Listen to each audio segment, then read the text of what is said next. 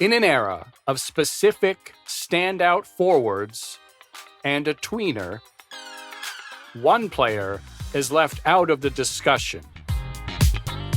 Marques Johnson did not reach the levels they did, but his brief brushes with greatness must be preserved.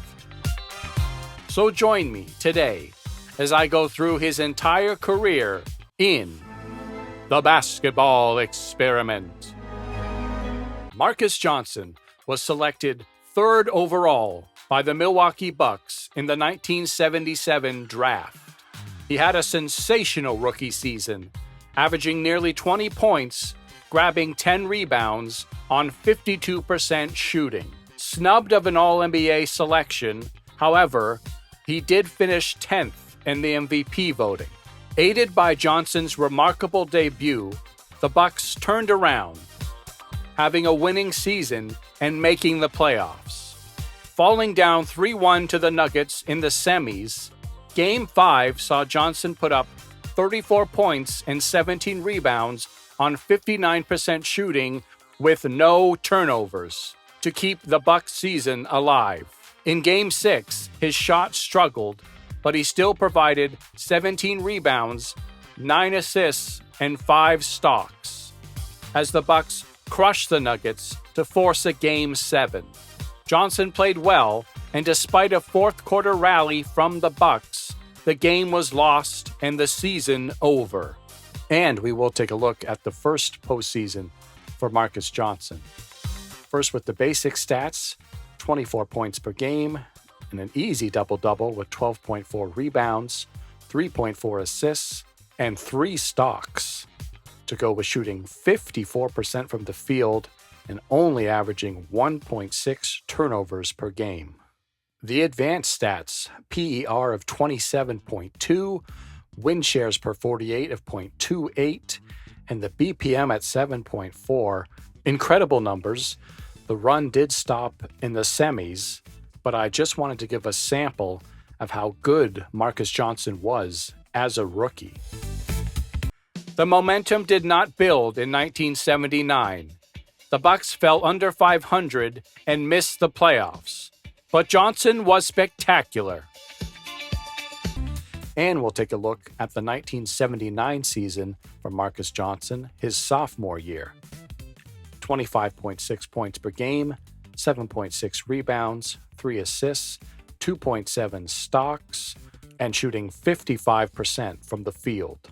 Advanced stats, PER of 23.9, win shares per 48 of 0.211, total win shares 12.2, BPM 5.2, and VORP at 5.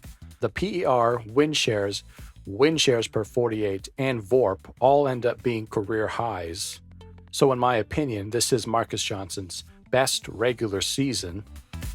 Something else to mention, he led the league in offensive box score plus minus at 5.1. And this is one of those times where my own opinion and the NBA align, as he's definitely at an All-NBA first-team level, and he made it in reality. The Bucks bounced back in 1980, gaining the 3-2 lead over the Sonics in the semis. Game 6 would be an offensive struggle for both teams. Johnson scored a game-high 22, but the Bucks lost by 1 point. It was a close battle in Game 7, but the Bucks walked away in defeat again. 1981 saw the Bucks win 60 games, and the 24-year-old Johnson maintained his All-NBA level and finished 6th in the MVP voting. The Bucks' semifinal opponent this year would be the 76ers. Ending up in another Game 7, Johnson would outduel the Doctor by putting up 36 points on 64% shooting and recording no turnovers. A spectacular performance to no avail. The Bucks lost 99-98, sent home from the semis again. Despite the heartbreaking end, Johnson was unstoppable in the series. And now we'll take a look at the 1981 playoffs for Marques Johnson, the 7-game series against the 76ers. First with the basic stats, 24.7 points per game, almost a double-double, 9.4 rebounds, 4.9 assists, 2.4 stocks, shooting 55% from the field and only averaging 1.9 turnovers per game. And the advanced stats, PER of 27.7, the win shares per 48 of 0.26, and the BPM at 10.9. Just an incredible series for Marques Johnson. We see how high a level he could achieve in the playoffs, playing a team like the Sixers and matching up against Julius Erving. Just another sample of how great Marques Johnson could be. 1982 was another great season for the Bucks, but Johnson had off-the-court struggles that led to him not being the same player on the court. His struggles continued in the postseason as the Sixers took out the Bucks in 6. Johnson would bounce back in 1983, a season worthy of All-NBA, despite not making it. In the playoffs, the Bucks got over their semifinal hump, sweeping the Celtics with help from Johnson's 33 points in Game 4. In the conference finals, facing the Sixers for the third straight year, Johnson would play at an all-star level, but the Sixers were in the midst of a legendary run. The Bucks lost in 5. Johnson's play dropped down a level in 1984. In the playoffs, the Bucks would make a return to the conference finals. But the Celtics got revenge, knocking them out in 5. Late in the offseason, Johnson would be traded to the Los Angeles Clippers, looking for a new start in a city he was familiar with. It did not happen. Johnson had the worst season of his career, and the Clippers won only 31 games. The Clippers were still moving in the wrong direction in 1986, but Johnson did bounce back, turning in the final productive season of his career. Early in the 1987 season, Johnson suffered a bad neck injury, ending his season after only 10 games. After 2 years, including a contract dispute with the Clippers, and trying to work back from his injury, he would get a final chance to play in the NBA, signing with the Warriors in the 1990 season as a role player. But he was waived after 10 games. And now we will take a look at the prime of Marques Johnson, the 78 through 83 seasons, starting with the basic stats. 21 points per game, 7.7 rebounds, 3.6 assists, and 2.2 stocks. Shooting 53% from the field and averaging a low 2.4 turnovers per game.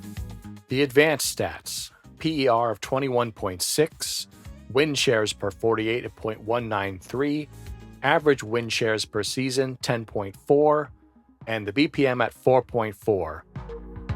Definitely an all-NBA level player during his 6-year prime. I'd say on the borderline of being a consistent first-team All-NBA level, which in reality he only made it once. He would make the second team twice. A great player during this era, as we can see. Now we'll look at the playoffs and compare them to the regular season. The points go up just 1 point, up to 22.1. The rebounds increase from 7.7 to 9. The assists are virtually the same, and the stocks just barely going down from 2.2 to 2. Efficiency does take a little bit of a drop from 53 to 49%. Still an incredibly efficient scorer, Marques Johnson was. The free throws actually take a bit of a hit. 74% in the regular season, down to 69 in the playoffs.